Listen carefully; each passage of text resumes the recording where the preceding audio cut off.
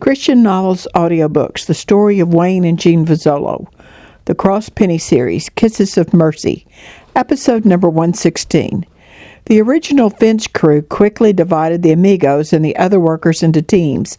As a few of the teams removed the remaining post braces and put them on the flatbed trailer, two teams started unrolling the wire for the bottom two strands. One team stretched the bottom strand while another team attached the wire clips with the clip benders, and then they repeated the process with the second strand of wire. When the wire unrollers ran out of their quarter mile of barbed wire on the roll, they learned the fine art of splicing barbed wire together with new rolls and continued to unroll those bottom two strands. Chester, Eduardo, and the other tractor drivers were careful to watch for the Finch crew as they planted seeds of various produce. Each driver had a clipboard on his tractor where he kept a careful record of what they planted, the date, and in which plot he planted. Because several plots had been left unpicked and had been plowed under by the cattlemen, the normal pattern of planting was slightly altered, but doable. Afterwards, Bobby carefully transferred the information from the clipboards to a giant blackboard in the office and into the permanent planting and harvest logs.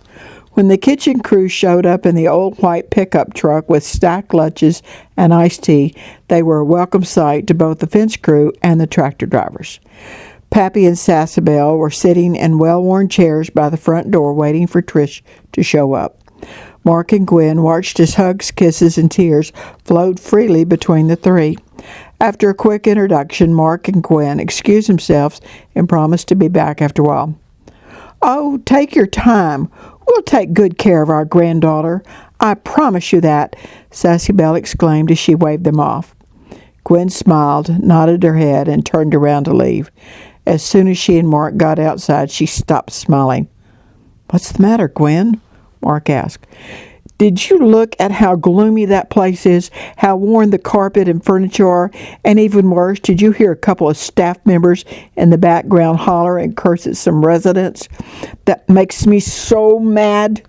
This place takes in a fortune, but they are not spending it on the facility or the residents. Bare minimum. Maybe not even that much. That's what's the matter with me," Gwen ranted as she stomped her foot.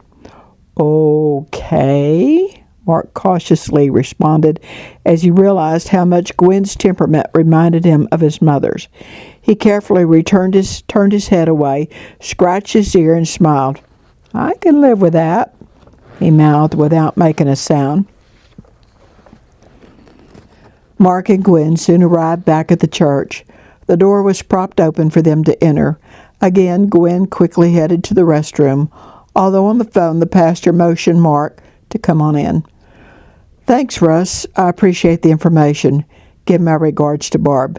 "Yes, my wife and I will pray about it. God's blessing on you and yours. Goodbye." The pastor hung up the phone and pointed for Mark to sit down. He did and said, "Gwen will be back in a minute, I think." The pastor laughed. "Mark, I have gone through this myself when my wife was pregnant with our kids. I understand." Soon Gwen joined them. "So sorry," she said. "Gwen, no need for apologies," the pastor laughed.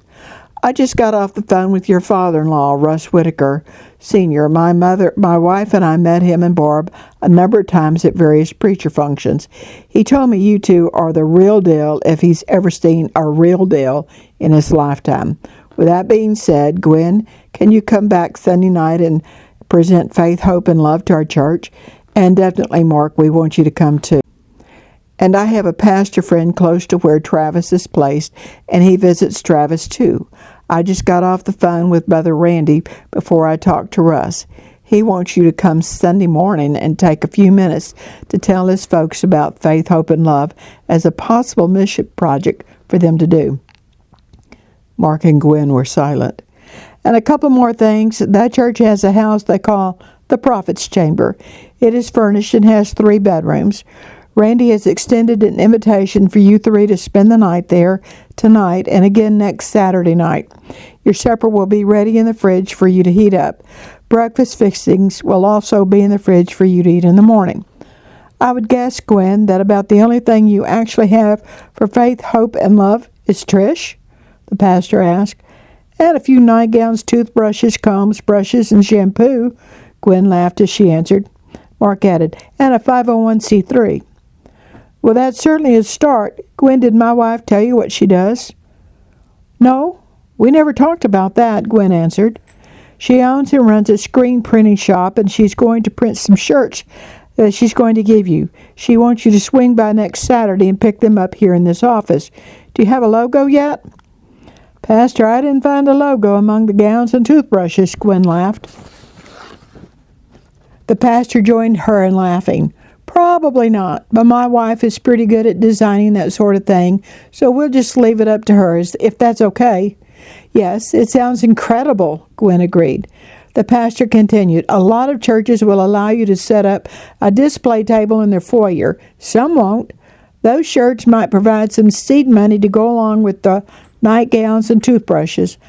I don't know how long you will feel comfortable traveling, but I can contact a number of churches to present your ministry within 3 or 4 hours of Sunny Hills. One more thing before you go. Please figure out how to get Homa and City Belle Todd out of where they are now and move them down there with Trish. And maybe tomorrow, could you try to do the same with Travis, okay? Oh, Homa and City Belle have a lifelong friendship with another couple in that nursing home. Get that couple to move too. Their kids live in the city, and it's just about the same distance down to Sunny Hills there as it is to here. That friendship is the reason any of them refused to move to the city. There was silence. Finally, Gwen spoke. Could I please use your copy machine to make a few more copies of the application form for Sunny Hills Nursing Home? Sure, I'll get it warmed up for you. The pastor rolled his chair over to the copier and turned it on. And I'll go get your yellow bag. Mark jumped up and headed to the door. And I'll be right back in a minute or two, Gwen said as she got up and headed back to the restroom.